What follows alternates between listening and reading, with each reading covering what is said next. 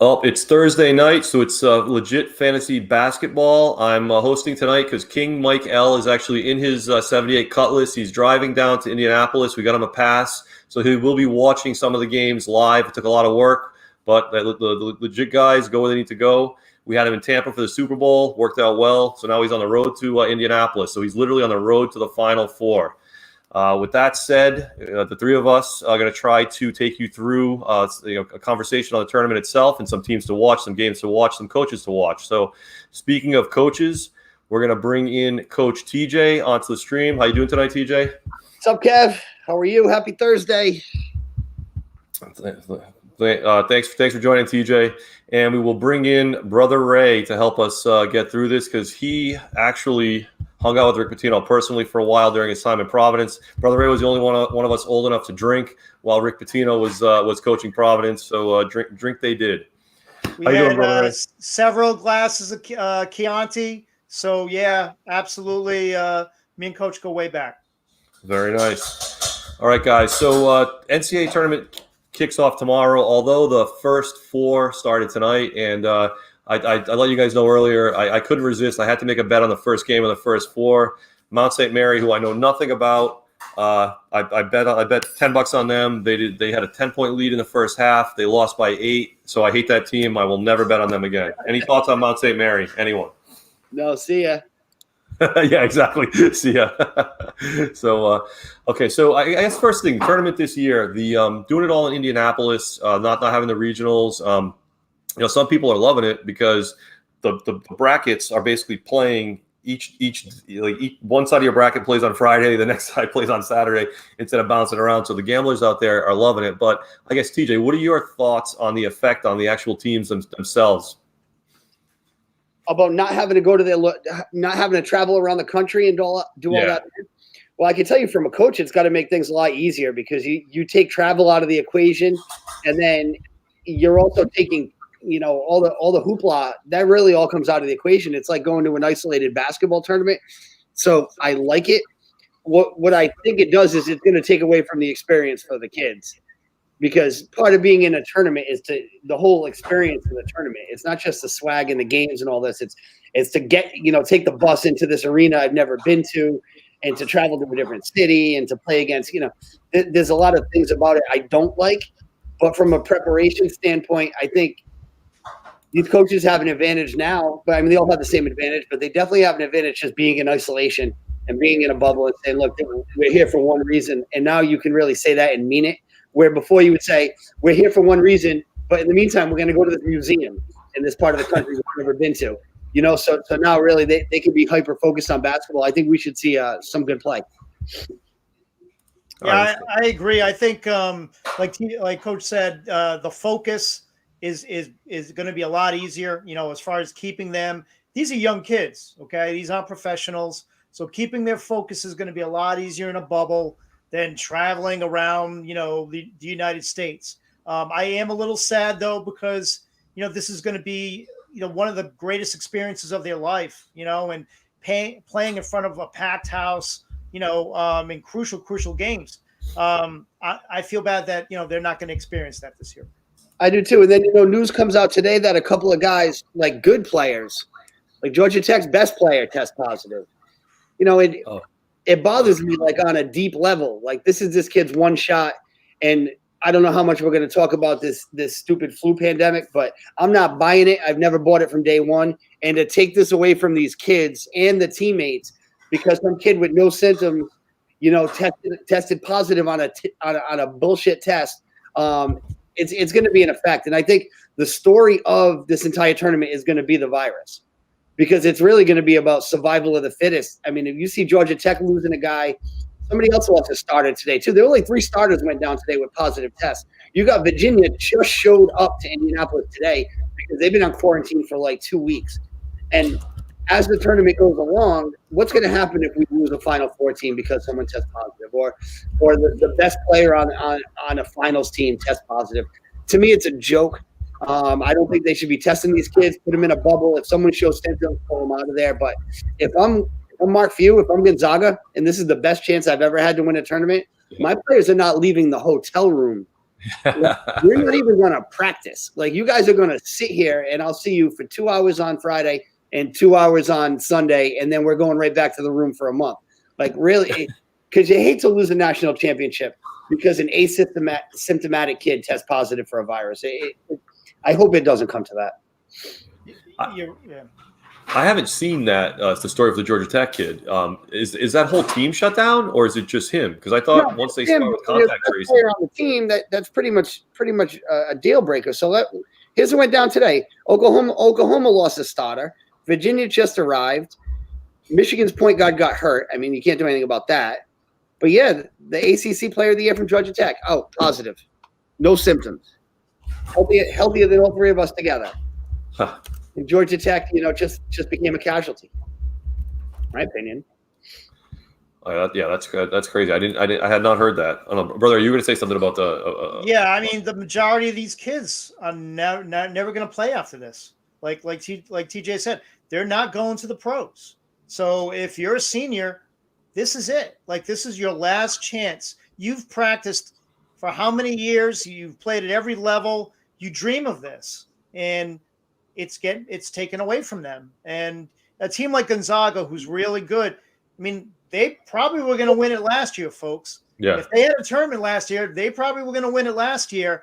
So again, I mean, they're here again, but it's, that's going to be in the back of their head because they were primed last year, and now here we go again. Yep. No. Yeah. All very good points. It's TJ, I know we don't really get into the politics or anything behind it and everything, and we will stay away. But I would hate to see that this be the defining story of the tournament, also. And it's crazy because I don't think the coaches and I know the players don't want it to be about that because you just can't. I mean, you just, like Brother Ray said, these kids put their life into this. They really do. This isn't. You can't fake it to the Final Four. Like you got to be in it. But the narrative today, like every hour you switch a station, and I'm not even talking about just sports. You go on the national news stations, they get the guy from the NCAA on there, and the first thing they ask him about is a virus. Like, I really hope it becomes about basketball. I hope there's some storyline in this tournament that grips the country and that we can come back when we come back next week. We're really talking about basketball and not like, did they have to drag 3 teams out from the sidelines to fill in the bracket? Like, I really, really hope that. So I think everybody that's a basketball fan has that same thought. Yeah, one of the things that I did notice when they announced the bracket on the Selection Sunday was earlier this week, obviously, and they had 4 teams as like the next 4. It was Louisville as one that jumped out at me, and then 3 others that if you couldn't commit, like if your team had issues and you couldn't commit to the tournament you had to let the NCAA know by Tuesday night, and Louisville would have been the first one in. Now all 68 say they were ready to go. So the 64 and obviously the ones that played tonight all said they were ready to go. If you can't play any other game forward from this, Louisville does not step all in. They're done. Like, you forfeit. If you have a COVID situation and you can't put a team together, you forfeit. So that's it. These are the teams. We're locked in now. It's I don't know if I have an opinion on whether or not that's the right thing to do, but it's just crazy. Strange. It was strange watching that. So say you're Louisville and you're the next team in. Yeah. You want to be in, but in order to get in, you have to like root for some ill will on some other team. Like, that's got to be a really gut wrenching thing to me because there's a lot of dollars on the line. There's a lot of prestige, and of course your kids want to play. But the only way you can get in is if like the unimaginable crisis happens, and who can wish that on anybody? So that was kind of weird. But yeah, we're locked in. This is our group right now. So if anything happens, we'll just have someone get a bye. Yep, exactly. And guys, how many? I mean, I was filling out my bracket. How many brackets can you remember not picking Duke to be in the Final Four? Right? Yep. I mean, I'm looking this year and I'm like, yeah. It was a 26-year streak, right? 26 years comes to an end. That 2 line and that 3 line, and those are like B-list actors. It's like, wait, Houston's a 2 seed? I was upstairs brackets, and I got the 3-year-old wanted to fill one out just because that's what we were doing. Yeah. I'm looking at mine, and it's like, same shot as me, man. Yeah. Yeah. I realized when I was doing mine, I've learned like nothing, and I got frustrated about halfway through. And I'm looking, I had all my just what all of my regionals were: 1 versus 2, 1 versus 2, 1 versus 2. And I'm like, I've learned nothing. So I'm gonna bet the games individually, but I have no faith in my bracket. So once we get into that a little deeper, you guys own the floor on that one. So one of the things I do want to hit just off the top in terms of teams that we think can win it, and I've done a lot of kind of research on it, and one of the kind of common threads I was hearing pulling out was, okay, you need a team that has like about at least 2 NBA caliber players. They don't have to be like first round picks, but they don't have to both be like seniors or juniors on the team. You need tremendous point guard play, 3-point shooters, and at least 1 very good rim defender. Now that's probably, you could say that's generic. That's any team that has that is good. But then the people are listening to that are talking about it. We're kind of going through examples where that hasn't happened, and they named like the Syracuse team with Carmelo and a couple of. But they were saying largely that's kind of the formula you need to have. Now, I guess, do you guys agree with that? Do you think there is a formula? Does it vary year to year? I guess what are your thoughts? I think in this tournament, I don't think there is a recipe, because usually we have Kentucky has 3 or 4 pros and they're right there, and Duke has 3 or 4 pros and they're right there. These teams are kind of spread out. I mean, Gonzaga probably has 3 pros, but these teams are so different, and it's just nothing. Kansas is not Kansas. Like, there's just nothing about this season or this group of teams that leads to anything that's like, okay, yeah, that looks like a title team. Remember when Florida went on their run with Billy Donovan? You knew they got like 3 NBA guys on that team. That's going to be a Final Four team. And in fact, they were. And that's when Al Horford was slightly above average Al. So he was part of those teams, but they had Noah and they had a nice backcourt. These teams right here, there's a lot of contrasting styles. And they say styles make fights. I think we're going to see some games as we get later in the tournament, if these teams advance, where it's going to be really interesting to see like how an Alabama plays out, because they can't shoot a lick. And then there's Iowa, who's got an NBA forward.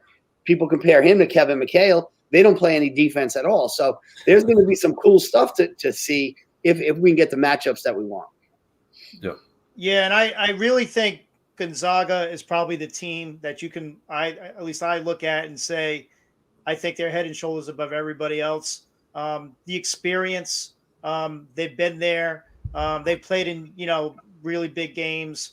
I mean, you look at their bracket – Iowa, Kansas, Virginia, they've rolled all 3 of those teams this year. They've handled them pretty easily. So if you're looking at that bracket, I see them as the clear favorite in that bracket. I mean, Coach talked about the players. Suggs is he's a lottery pick. Unbelievable player.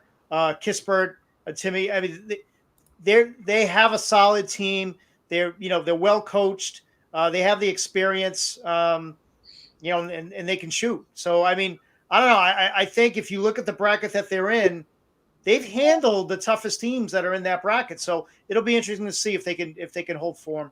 And the other thing it's almost like if Gonzaga doesn't win it this year, like how are they going to win it? Like they're the most ready team to win the whole thing. The problem is, as you go into your bracket pool, and I know anybody who's watching this is going to be in a bracket pool, like 75% of the people are going to pick Gonzaga.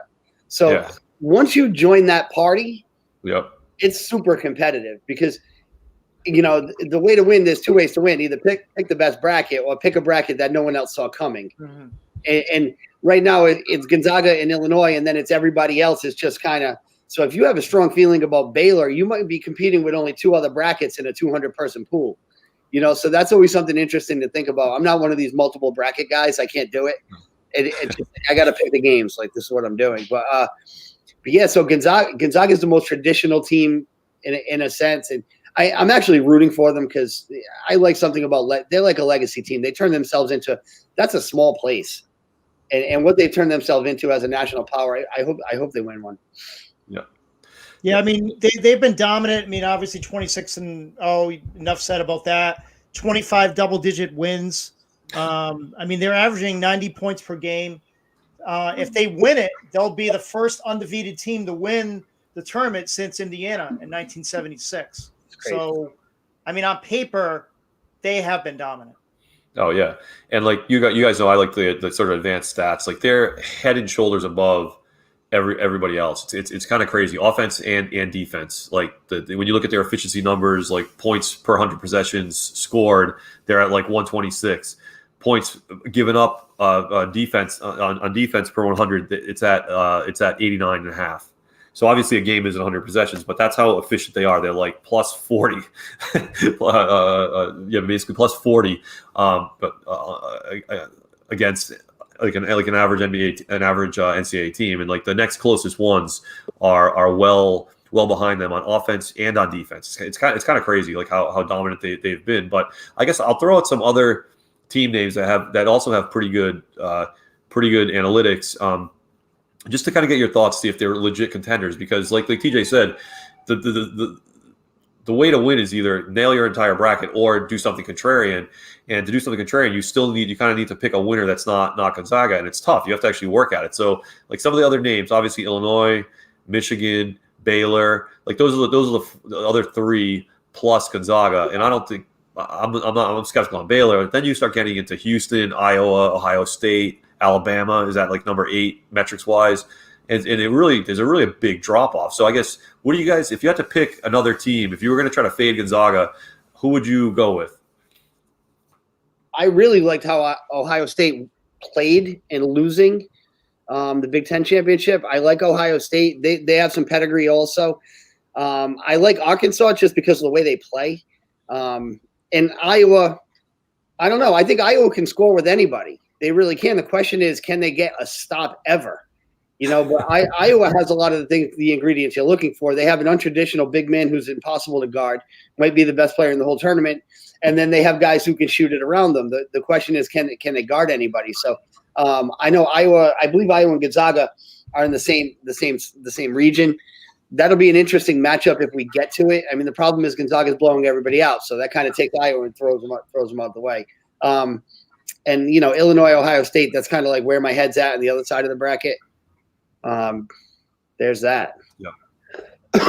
Yeah, I'd probably say off the top, looking at my bracket, Alabama is a team that I think, could make some noise. First time they won the SEC in 30 years. Obviously we know they're a football powerhouse, but they were extremely consistent this year. And that's a tough team. They're deep. I think they could do some damage, and I'd be interested to see. I think I have them losing to Michigan, but I think that could be a team that could surprise people. Another team that I like, obviously, and a lot of people like, is Baylor. They're the best 3-point shooting team in Division I. I think they're shooting like 41, 42, almost 42%. And interestingly enough, they're 4th in the nation in offensive rebounding. So if they do miss that 3, they're one of the best teams in the nation at getting that second chance. I like them. I think they're going to go. I think they're going to go far. I have them in my finals, to be honest, against Gonzaga. As far as other teams, I think that are out there like deeper sleepers. I'd probably have to say like teams like North Texas, who really, people will just kind of look and say, all right, they're going to get beat, but they played in a really competitive conference. So teams like Colgate, Colgate 14-1, they averaged, every win was an average of 18 points in their wins. So teams like Rutgers that really played well and beat decent teams this year. So I think if you can, as TJ said, if you can find those teams at the bottom of your bracket, that can affect that can affect you down the line and really set you up if you have a Gonzaga winning it all, because you need to have some separation. Yeah. I was so disappointed to see Colgate's draw, because going into the Selection Sunday, I was picking Colgate to win in the first round. And then, of course, Colgate gets stuck. And it's like, well, tough. We're really going to pick them right there as a 14. Another team I think is a better team than their seeding, because they're playing tonight, is Michigan State. If Michigan State wins a game, they're probably going to be the best coach team in that little group there. They can go to the Sweet 16. They can win 3 games in 5 days. I have no question in my mind. So their path is not going to be crazy. It's BYU. You don't think Michigan State can beat BYU on a neutral site? Of course you do. And then it's probably going to be it's either Texas or UConn or Maryland. Like, BYU, Michigan State, if you're patient and they look good tonight, I don't know how they're going to look. If they look as good as I think they're going to look tonight and get a win, I wouldn't be surprised to see them stretch themselves into the second weekend. I wouldn't at all. That's a good one. I have not heard that one. That'll be a real Cinderella, because if they they're in the play-in and make it all the way to Sweet 16, that's unheard of. Do we have a minute to talk about the playing games? Do we have like 1 minute? Yes, we do. No, do as long. Yeah, go ahead. I told you my Mount St. Mary's horror story. You go ahead. Here's my problem with the playing games, and it's a big one. Those playing games need to be for BCS conference teams. Like, if you're one of these teams that play who the heck beat Mount St. Mary's tonight? Texas somebody? Yeah. Texas Southern, I think. If you're freaking Texas somebody and you play in a small conference and you spend your entire season to win your conference tournament so you can get the one bid, can you not go be a 15 seed and go battle? Like, why do you have to get your NCAA tournament experience to be playing against another small college? Here's what we should do. We should take those Louisville teams that are on the bubble and make Louisville go play against Michigan State to get into the tournament. Like, it's time the NCAA opens their eyes and stop making that playing game to see who goes and gets trampled. Let those teams. If Bryant won the damn conference tournament, and I'm like 15 minutes from Bryant, so I'm going to go local. If Bryant won that tournament for the first time, they earned the right to go get blown out by Gonzaga. That's what they earned. They did not earn the right to go play Grambling on a Thursday in a game that not one person is watching unless they're super gamblers. And that really bothers me. I wish the NCAA would do that. Say, look, we're going to have 4 playing games because we want to have these teams, but they're all going to come from the Power 5 conferences. So if you don't like it, Syracuse, that you have to play Louisville, then do more and get yourself in. Right. And that really pisses me off. It really does. So, yeah. One thing I just noticed this year, and I don't know if it's always been this way, so I'm kind of curious. 2 of the games are seeding 16s, and 2 of the games are seeding 11s. So they only half listened to me the last time I went on this rant. To go all in. But Norfolk State and Appalachian State, now no one's going to watch that game, so they're not doing it for the money. Why can't both of those teams get in the tournament and then go pick two teams that are low-seeded big conference schools. Let the big schools go play, battle those spots out, and let Norfolk State go play Kansas, and let Appalachian State go play Baylor, and no one's going to be hurt by that. The only people who are getting hurt this way are the kids on those schools who spend their whole life to get a chance to go play against Duke. It's my usual example. Yeah. And instead they get to go play against the kids they played high school with. It's like stupid. It really is. Would it be great to say, hey, we lost, but we lost to Gonzaga and they won the whole thing, you know? Yeah. To play against, because if you're those schools, if you're Appalachian State, you probably don't play against an NBA player all season. No. At minimum, you can say, I played against that guy. Yeah. And you guys remember Tim Thomas, who played he played in the NBA for a while. He played for Villanova. I played against him. Like, I'll never forget that. It was so blatantly obvious he was going to be in the NBA when we were like 16. But I played against him and I never forgot it. Like, I never, ever, ever forgot it in my life. Why can't that kid from Norfolk State get that experience instead of going to play Appalachian State or Bryant freaking College? Like, come on. That's it. I like it. I cannot argue that. I thought you were going to have a pick. I thought you were going to have picks for these games. I was going to start writing them down. Like, here we go. Here, if I drop you some knowledge on Norfolk State, then I need exactly. time with my family at that point. Yeah. All right. So we got some. We talked about some of the contending teams. One thing that jumped out at me, and I'm just curious if this is good for the sport or bad for the sport. I lean towards a negative. But you look at the number of teams in the Big Ten that are the 5 of the top 10 teams, arguably, are in the Big Ten, and like it just blows my mind. You got Michigan, Illinois, Baylor, Iowa, Ohio State. Sorry, not Baylor. Baylor's Big 12. Ohio State, and then the last one is Wisconsin. It just kind of rocked me when I was looking at it. So as I'm looking at the rankings, I'm like, are they going to be? There's like a clump in the 20s for the Big 12, but the Big 10, the Purdue is at 14. So you could say 6. Illinois, genius. You mentioned Illinois too. No, Michigan, Illinois, Iowa, Ohio State, Wisconsin, and Purdue. And Purdue is right around 15. So you got 6 teams of the top 15 are all Big Ten. I mean, what's sort of the evolution? Like, why? Like, I don't remember it ever being that crazy skewed to one conference. I mean, that's incredible. Well, the ACC had a time. the ACC definitely had a time when Duke and North Carolina were like, ones every year, and they would. I remember with the ACC, and Maryland was excellent then with Juan Dixon. There was a time in the ACC they had a hard time seeding the teams because there were so many of them in the top 10 that they couldn't put them all in the same bracket. They were having all kinds of issues. Don't forget, Chris Paul was in the ACC. Tim Duncan was in the ACC. I mean, the ACC was loaded for a long time. Mm-hmm. It's kind of cyclical. What bothers me, I feel like the Big East is not as strong as it should be. It's the big freaking East, and it's just not well represented. It's like basketball has moved into the Midwest now.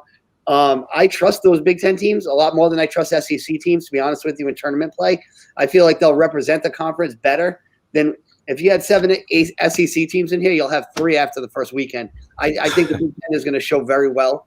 But yeah, it says a lot about the culture of basketball that's out there because you think of it as football country. Yeah, it's crazy. I remember when, growing up, it was obviously Providence. Providence was in there for a while, and then Georgetown was amazing, and you had some of those Big East teams that were banger, Syracuse, and those games were brutal. And now like Georgetown, I looked, and what is their seed? What are they like? They're a double-digit seed, right? Because they won the tournament, and I'm happy they did win the tournament. Yeah. The Big East teams that we're seeing, like Creighton, to me, I don't know. I'm from the 80s, man. Creighton to me still doesn't feel like they're in the Big East, even though they've been there for a while. Same thing with Xavier. But Georgetown, it was crazy. Imagine Patrick Ewing getting his ID checked at Madison Square Garden. Are you kidding me? He's the only 7-foot guy in the building, and he's not doing. Yeah. So I think the football money helps those Big Ten schools too, guys.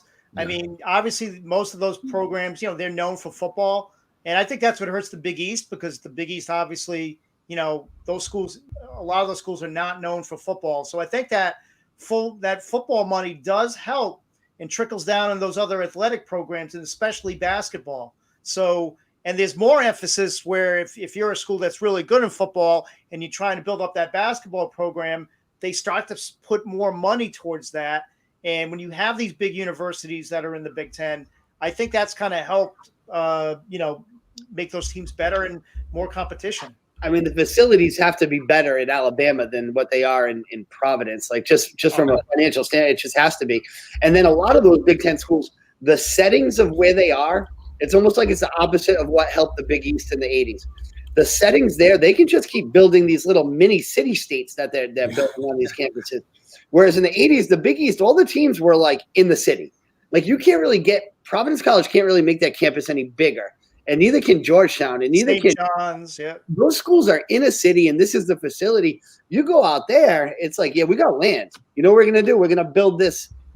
We're going to build this arena to practice in that's better than where the Lakers play. It's wild what they can do, and it seems like it's starting to pay off a little bit. That's a good angle. You're entirely right because just having a daughter that's just about college age, and Ray, obviously you have your son's in college.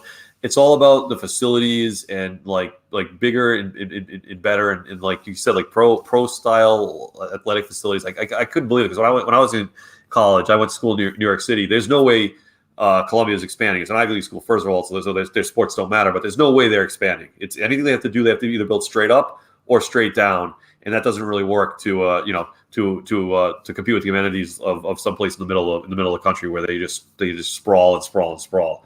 But TJ, one thing you said that I would like both your opinions on. So you hear Patrick Ewing, you mentioned, obviously former player, now a coach, and you got Juwan Howard in Michigan. And those are the two. Obviously, there's probably more, but those are the two that jump out at me. Because they're relatively new at it. Are they I'm hearing all this great stuff about both of them. Are they legit good coaches? Are they trading on reputation? Is it some combination of both? What do you see when you watch them coach? I think Juwan Ewing's been coaching a long time. As he paid his dues to get that job, and it was probably unfair. I think he should have been forced into it. He should have got himself into a job ahead of when he did. Juwan Howard comes with some heat. He's coaching. Yeah. He's not using his name as Juwan Howard to be a coach. He's literally a coach. I've been very impressed with him. I know he had an outburst the other day and he got a tech or whatever. That's whatever. No, he earned himself a 1 seed with that team. I think he's a really good coach. He's going to be around for a long time. Ewing, I think he's going to have a hard time recruiting there. I think the the allure of Georgetown is over to this generation. I mean, these kids who are playing in college basketball now were like born in the 2000s. Yeah. Like really, that's real stuff. Like these guys don't remember though. They don't even remember Iverson. Like never mind remembering, Ewing and Mutombo and Mourning and like straight up fear of John Thompson and the bad boy image. They don't know that stuff. So Ewing's got his work cut out for him.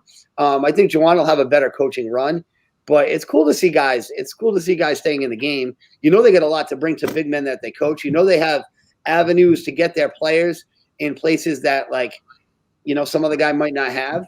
And hopefully that pays off for the players they're recruiting. But yeah, no, that's really cool. And they might end up playing each other. They're pretty close in the bracket. Cool. Yeah, and I'm really hoping Georgetown.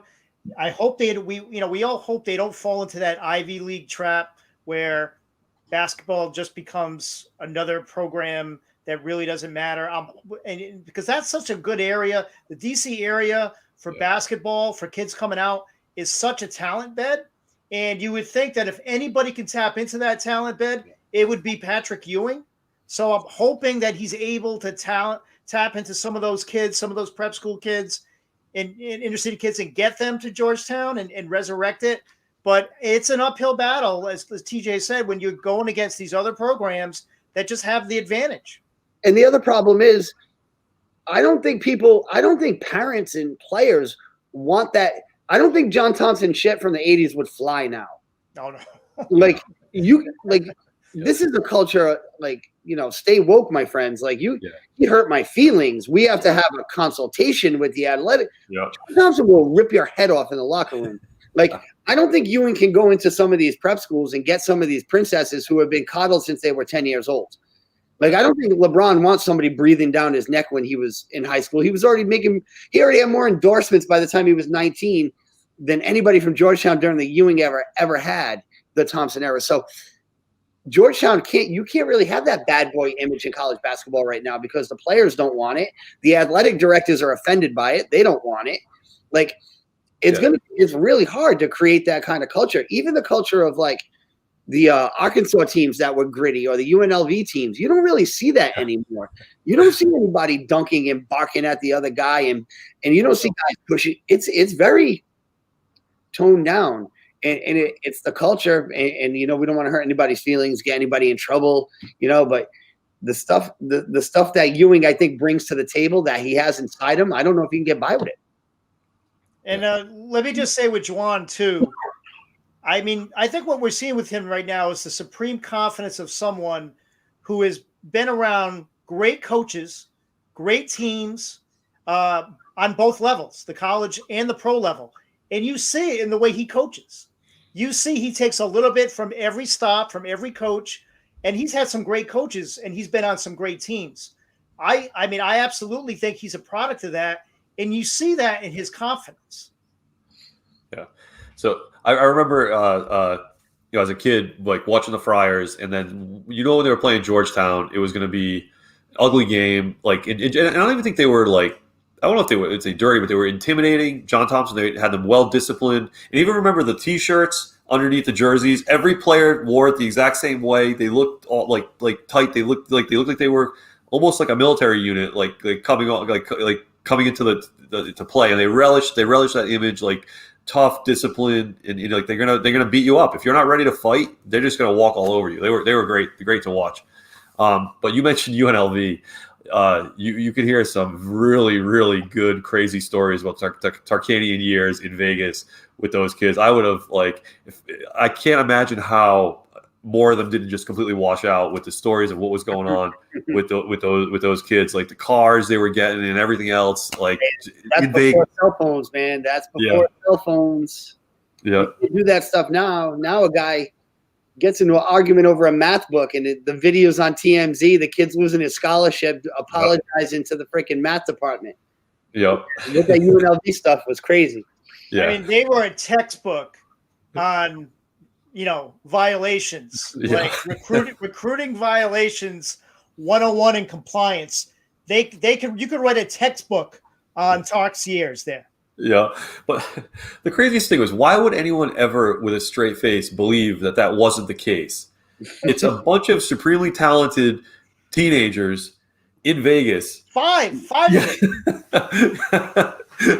With like Jerry Tarkanian, who was crazy, and like the boosters and all the other money and like illegal gambling money, like just legal gambling money and illegal gambling money, all mixing up. Hey, no, it's on the square. They're just a really, really good team, well disciplined, good group. Yeah, well disciplined and well coached. The Amoeba defense. Yeah. The Amoeba defense was the whole. I bought a DVD. I got it around here somewhere. I tried to teach my team the Amoeba defense. It was a 2-3 freaking zone, except you had 5 NBA guys running it, playing in the Pacific side of the country. Like, yeah, I could have coached the Amoeba defense against Fresno State too, Jerry. The Amoeba defense. That's right. If you look at this group of teams that we have, like we don't have personality on teams anymore. No. Whether it's the players who don't stay long enough, the coaches who are vanilla, or just the overall approach of sports where everything is like, it's got to be vanilla. Like they don't want it. They don't want the characters. They don't want any. Look, who? Which one of these teams has an identity? I know they all want, but who has a personality that can grip the basketball landscape? And who knows? Maybe in the next 6 weeks or 4 weeks, that's what we find, and we get some of that. Yeah, that's really true, and I think the one and dones have a lot to do with it. The fact, I mean, the thing that you keep hearing now is like it goes all the way up to the NBA. They don't hate each other because they all played in the same AAU tournaments for when they were teenagers. So it's like, how do you and then the other thing is like, and it's something that we touched a little bit on the NBA show. I think it's more relatable to the NBA is players are players now. They're not like LeBron is not a Laker. I'm sorry. You could ask me to name the 10 greatest Lakers. LeBron James happens to play for the Los Angeles Lakers. He's not a Laker. Kyrie Irving was a player who played for the Boston Celtics. He's not a Celtic. Like they're all interchangeable parts, and we root for the teams still. I wonder when I think eventually that's going to that there's going to be a price to pay for all that, because the players make it very clear that they just want to play with their friends. And if the three of us could do it in Oklahoma City, we do it in Oklahoma City. If we could build a dream team in Brooklyn, we do it in Brooklyn. Like they don't care. And that's. And I'll tell you what, the NCAA is heading in that direction. This transfer portal is like massive now. I mean, URI's point guard just entered himself in the transfer portal. The kid Kolick, who plays he's one of the top players in Rhode Island for a couple of years. He just won Freshman of the Year at George Mason. Coach left, players transferring. He's going to end up somewhere. Like, you can't build a program with a culture if everybody leaves. And guys, there's like thousands of names in the transfer portal. So pretty much it's just going to be every year coaches starting from scratch, building a team, start from scratch, build a team. And one of the things you did have, even when guys were leaving early, like say at North Carolina, for example, those teams had the same personality year after year. You might have Jerry Stackhouse, you might have Vince Carter, but the team had a personality that stayed with it, whether it was Kentucky pressing or North Carolina looking like semi-pros. Like you had all that. and now, or Duke just being unlikable and Duke-ish. But when you have players transferring all the time, you're never going to have a personality. You can't build it in a 12-week season. It takes a couple of years to build a culture. And I fear for the game when it comes to that department. I really do. Yep. And those are great points. And it doesn't teach them grit.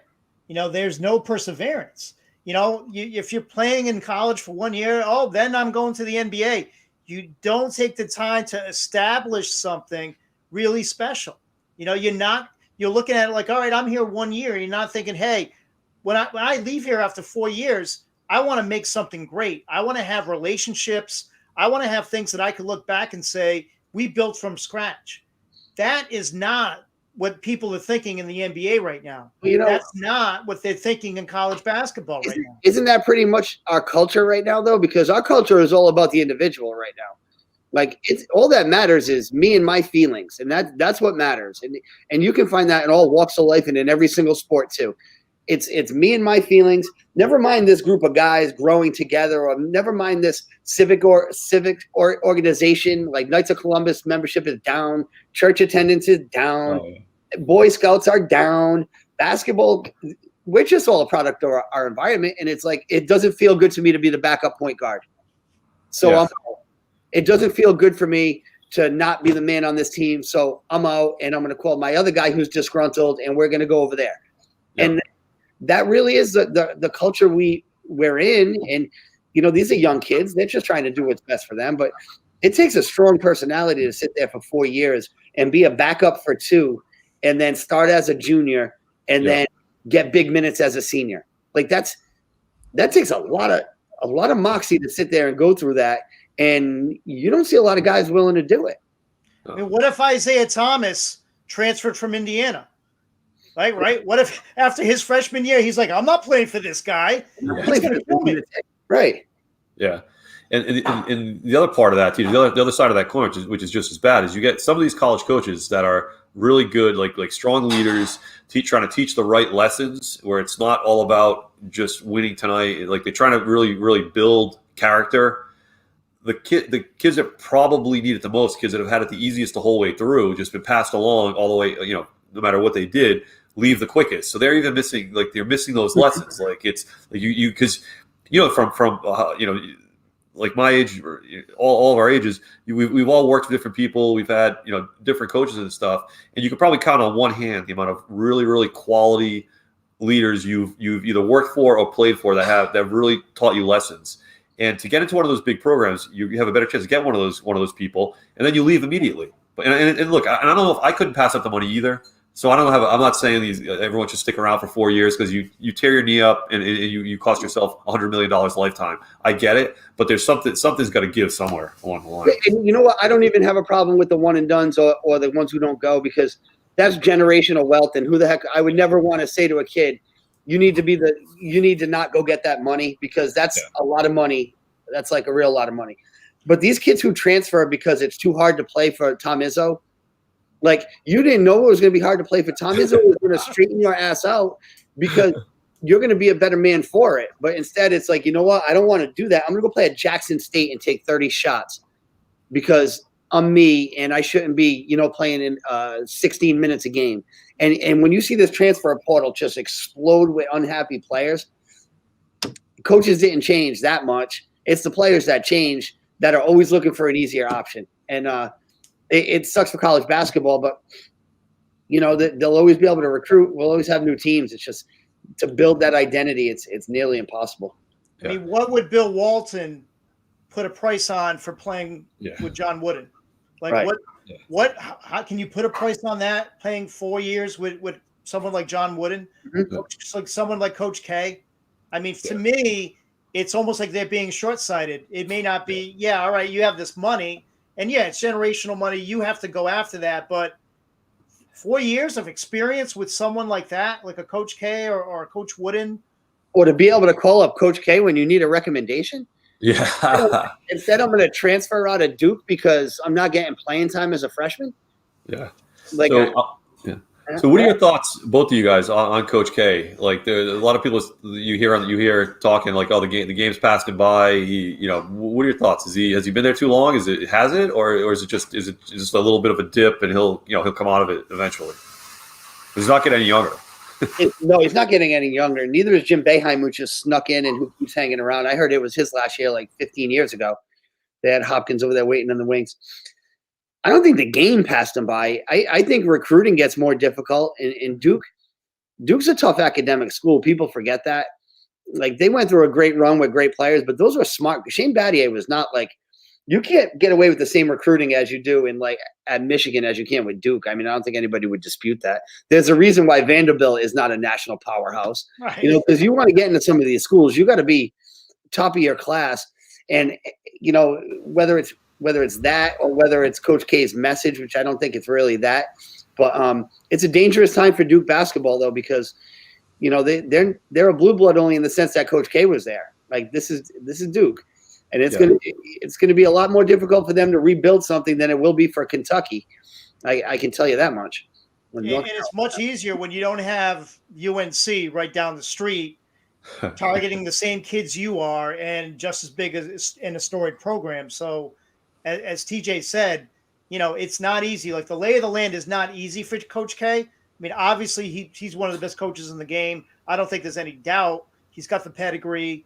I mean, you see the players he's produced. So on But any the level. one and done stuff really hurt him a lot because he was one of the last big programs that had one and done guys. Like he didn't embrace it, and his guys didn't tend to do it. But now that they are, it's kind of hard because a lot of Duke is about culture. I mean, I listened to stuff and read stuff about Coach K's program where, like, he's got freshmen not allowed to have cars so they can ride with their teammates to places. Like a lot of what he did was turning the young players into Duke basketball players and upperclassmen. And when you're not given the opportunity to see that through, and you're just trying to have to reload, it's hard to get. You know, Kyrie's like Elton Brand type. Elton Brand's a brilliant man.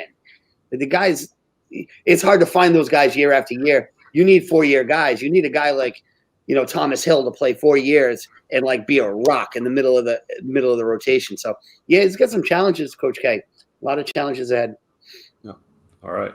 Excellent. All right. So we're at about the 46-minute mark here. So we got about 14 minutes left. There's 32 games starting tomorrow at noon. So we're not going to go through every single game. It's going to take. It'll take forever. I could pull a king and have you all make us all make a pick on every single game.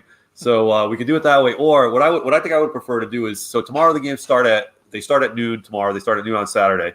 So looking at the first round games, and maybe we'll even hit some of the second. What game, TJ, are you, or even a couple, most looking forward to watching tomorrow?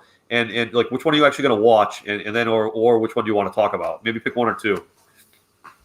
Well, the first game I'm most interested in watching is Michigan State UCLA tonight. So let's get that. You really are. Do you have a lead? Because I think I could still get a bet in. I think unless it just tipped off. I don't know. I mean, I just hope Michigan State wins, but I've been talking about them for the last 30-something minutes, so that's not going to happen. Yeah. I'm definitely looking forward to Colgate, Arkansas. That's a fact. Yeah. I really want to see Colgate play against top-level competition. They're one of the teams I liked coming in. Mm-hmm. If I get into the later afternoon games, you know, I do want to see Houston. I haven't seen them play. I know they're playing a garbage team, but I might want to see what Houston looks like in person. I wish I got to watch Houston one time before filling out my bracket. Yeah. And North Carolina, Wisconsin. That's kind of a game with like some traditional teams. I feel like I know what to expect. It's almost going to be like comfort food to sit back and watch that game because I'm not going to be learning about the teams. I'll be watching North Carolina against Wisconsin. Yeah. So yes. I like Houston. I mean, and speaking of transfers, I mean, their best player, Quentin Grimes, transferred from Kansas. He grew up in Houston. You know, Houston was really disappointed when he went to Kansas, but I mean, it's Kansas, and he transferred. So without him, they're not in the tournament, but they're another team that like you look at their draw, it's pretty favorable for them right now. It's not really a tough draw when you look at it. I mean, Illinois obviously is there, but I mean, I don't know. I think that's you're right. They could go through pretty easily. That Midwest bracket does not scare me if I'm Houston. Like, I feel like they have to be looking at it and being like, wait, we got quite a path there. Mm-hmm. I mean, West Virginia is going to keep coming at you if they actually get to West Virginia. But no, that is a good draw for Houston. And yeah, I mean, that's one of the games I'm interested in seeing is how they look on the stage. Yeah. And because Houston had a really, really like good last week with the tournament. Like they were everything I listened to on NCAA basketball was talking about Houston, how amazing they looked. So yeah, so I guess I'll watch that one. I was actually trying to convince my girlfriend to take tomorrow off, and I'm like, yeah, we could go to Twin Rivers, sit in the sport book all day, and bet, and I'll watch college basketball and make bets all day. And she's like, why would you? She's like, I'm not going to drink, so why would you think I'd like to do that? Which I'm like, because I would. Because I would. Aim for effort, genius. Yeah, exactly. Yeah, so Houston was a good one, and Ray, you mentioned Rutgers earlier, so Houston would have to get through Rutgers. I don't know. You think they can pull that off?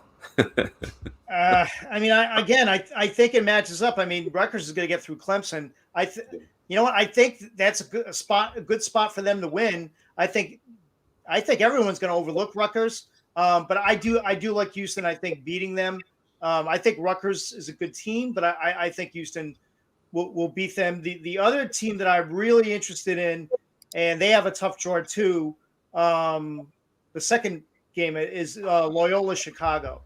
I think that's a team that I think they could very easily beat Georgia Tech, and I'd be interested to see what happens with them in Illinois. Okay. Ooh. I'll tell you what, if there's going to be a year that an 8 or a 9 beats a 1, I feel like this is going to be the year. And you're looking at those options is North Carolina, Wisconsin, that game right there, Oklahoma, Missouri. I never loved Missouri. Mm-hmm. And then LSU, St. Bonaventure. So if there's going to be a team, you might, that'd be a story of the weekend if that happens. Mm-hmm. Oh yeah. And I'm looking at, I'm trying to flash back and forth with the advanced metrics stats stuff, and they have like this one of these guys that I really trust, Ken Pomeroy. If you're interested in this stuff, he's got Loyola Chicago as the 9th best team in the country, and he's got Illinois as the 3rd best. But the difference is, obviously Gonzaga is so far, much higher than everyone else. It's not that big of a difference. That would be a good one. I also like Utah State. I think Utah State definitely has some potential. They have some sleeper potential that I think could advance. I have them beating Texas Tech, and then losing to Arkansas. But I think that's a team right there that people are going to overlook. And they've done it this year. They've played unbelievable this year. Yeah. All right, so Friday 1:45. That's Texas Tech, Utah. Maybe I'll have to figure out a way to watch that one or listen to it on the radio or something, because that sounds good. Utah State. Yeah, Utah State. Sorry, Utah State. Yeah, because they're an 11. I guess Texas Tech is a 6. That would be a pretty big upset. So this year, doing the brackets, were you guys picking generally more upsets, less upsets, about the same? Like, does anything about the the COVID thing and the everyone being in Indiana, does that make it more likely, less likely, or is that not a non-factor? So it's hard to say. I feel like every game I'm picking is an upset because some of the higher seeds are such overlooked. Like Houston, I feel like anytime I pick Houston to do something, I'm like picking something groundbreaking. But no. I'll probably, before I submit my final bracket, so I don't have to have my brackets until the games tip off tomorrow morning. So I haven't clicked submit yet because I want to see if more guys are like pulled out because of this COVID stuff before. I'm trying to have as much information possible. But as many times as I keep telling myself this year is so chacois that I'm going to pick lower seeds, then you look at the matchup and it's like, am I going to take Abilene Christian over Texas? No, I'm not. Because it's going to do it, So it becomes really difficult. And the worst part is knowing going in that there's going to be 50 upsets. Yes. And it's like you just don't have the guts to pull the trigger. Yeah. So, that's why I said I got so frustrated because I'm looking 1-2, 1-2. I'm like, no, I'm doing it wrong. I might as well just light the money on fire and just bet Michigan State tonight, which is what. Then you look at the 12 seeds and every person in, I feel like a 12 seed beating a 5 is not even that big of an upset. And one of them is Georgetown, right? So half of my bracket, half of my pool is going to pick Georgetown because they still think, Pat Ewing's playing, for God's sake. That's why it was interesting to hear Brother Ray about Utah State. Haven't seen them. North Texas, I happen to pay attention to casually because I know someone that went there. They're a good club. Can they win? I don't know. When push comes to shove, I'm gonna jam some upsets in there because I do feel strongly about Gonzaga. And the only chance I have to win the cash, and that's what I'm in this for, is to win the cash. I don't root for none of these teams. The only way to win the cash is to pick some games that other guys – you're going to have some contrarian picks. All chalk to the Final Four. I don't feel like this is the year for it. It's a matter of, which dart you're going to throw. Yeah, exactly. Agreed. I think that's what makes this so special is there will be multiple upsets. And this is what separates it, I think, from other sports, especially the pros. It just makes it incredible to watch. But as TJ said, when you're going through that bracket, you don't know who those upsets are going to be. And sometimes it's really tough to go against the chalk. It really is. But you know what's special about this? And just following along with what you said is my son's 7 and my wife watches 0 college basketball, right? And me, we all have the same chance of winning. Oh, yeah. Whereas if I put my wife in a fantasy baseball league, by the All-Star break, I'll be 40 games ahead of her just because that's the way it's going to go. But in March Madness, she can pick. I've seen people win picking mascots, and this girl I was in a league with, her name was Carrie. She's my friend's sister. One year she just was using the internet. This is picking the team that had the cuter boys on the team picture, and she like won money. My wife won it one year when Villanova, where the dude from Villanova hit the 3 to win it. That was exciting. But like she picked Villanova for no good reason. She never watched Villanova. She just liked, I don't know, maybe it sounded cute. So that's what makes March Madness like such a unifying factor. I think where the money to be made for guys like us is exploiting some point spreads as we go along. Yeah, that's what we watch a couple games and we just say, okay, that team's playing that team. I don't even think that number is close to what it's going to be, and you can win some money because Vegas's eyes are all on the brackets where mine are going to be on the lines. Yeah, exactly. And TJ, one thing that I have that I've been thinking about, and I heard other people talking about it too, was the thing with the upsets and underdogs. Let's say you're watching a game, you're in the stands at one of these regional places, and there's two teams playing that you have no rooting interest in. Who are you going to cheer for? The underdog, right? Oh, whenever they come to Providence, I go to Providence whenever they come here. It was Bucknell was playing Villanova. Now you think Villanova because they're the Big East team in the dunk. Listen, Bucknell was giving them a game. By midway through the second half, they might as well have been on their own campus. Yeah, exactly. No, I want to see an upset. Yeah, I'm not. You're going to be a real ass to sit there and root for the 1 seed in this. Like you come in there looking for the upset. That's what it's all about. Is to see because the joy of an upset on that team. Forget the team that loses. The joy of a small school beating a big school is really, really special. And I think I heard you maybe mention it or in passing. It's not going to have that crown behind it anymore with this bubble. So they're going to have to get that energy from their own bench. That's going to have to come from. And these are one of these situations where, as a coach, I've coached high school basketball a long time. We play in some empty gyms sometimes, whether it's weather or we're playing a shitty team or we are a shit team. And you say to your guys, like, listen, our energy has to come from the bench. And that's where it's got to come from. It's not going to come from, all 31 fans that are in here. It's going to come from us. So hopefully this doesn't lead to those small schools like losing that advantage. It would be a shame. Yep. Yeah, exactly. And the other thing that makes it amazing, it's one game. The NBA, when they move just every series to 7 games, the number of upsets just goes to the floor because you got to do it 4 times. Whereas with these, if you get 40 good minutes, sometimes you only need 20 good minutes and you can pull it off. So and it's styles too, right? Styles will dictate these games, and sometimes one style just matches up well, and it doesn't matter the talent level. Sometimes you just take them out of their game, and it's just beautiful to see when it does happen. Yep. Yeah.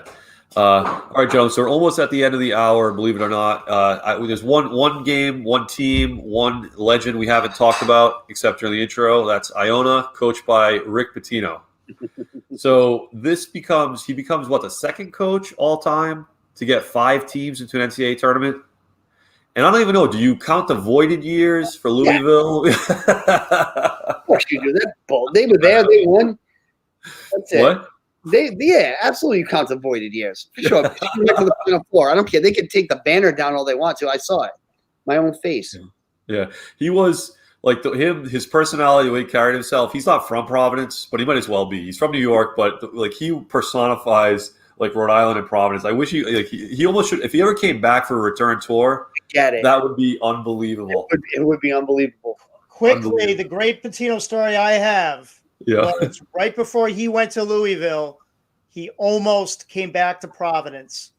They went out to Providence Brass, went to dinner with him. They talked with him all night. They worked at it all night. They had some vino. They were convinced he was coming back. Convinced. The next morning, nope. Oh. They were this close. Seriously. Oh, that would be unbelievable. I think even now. Yeah. What were you going to say, TJ?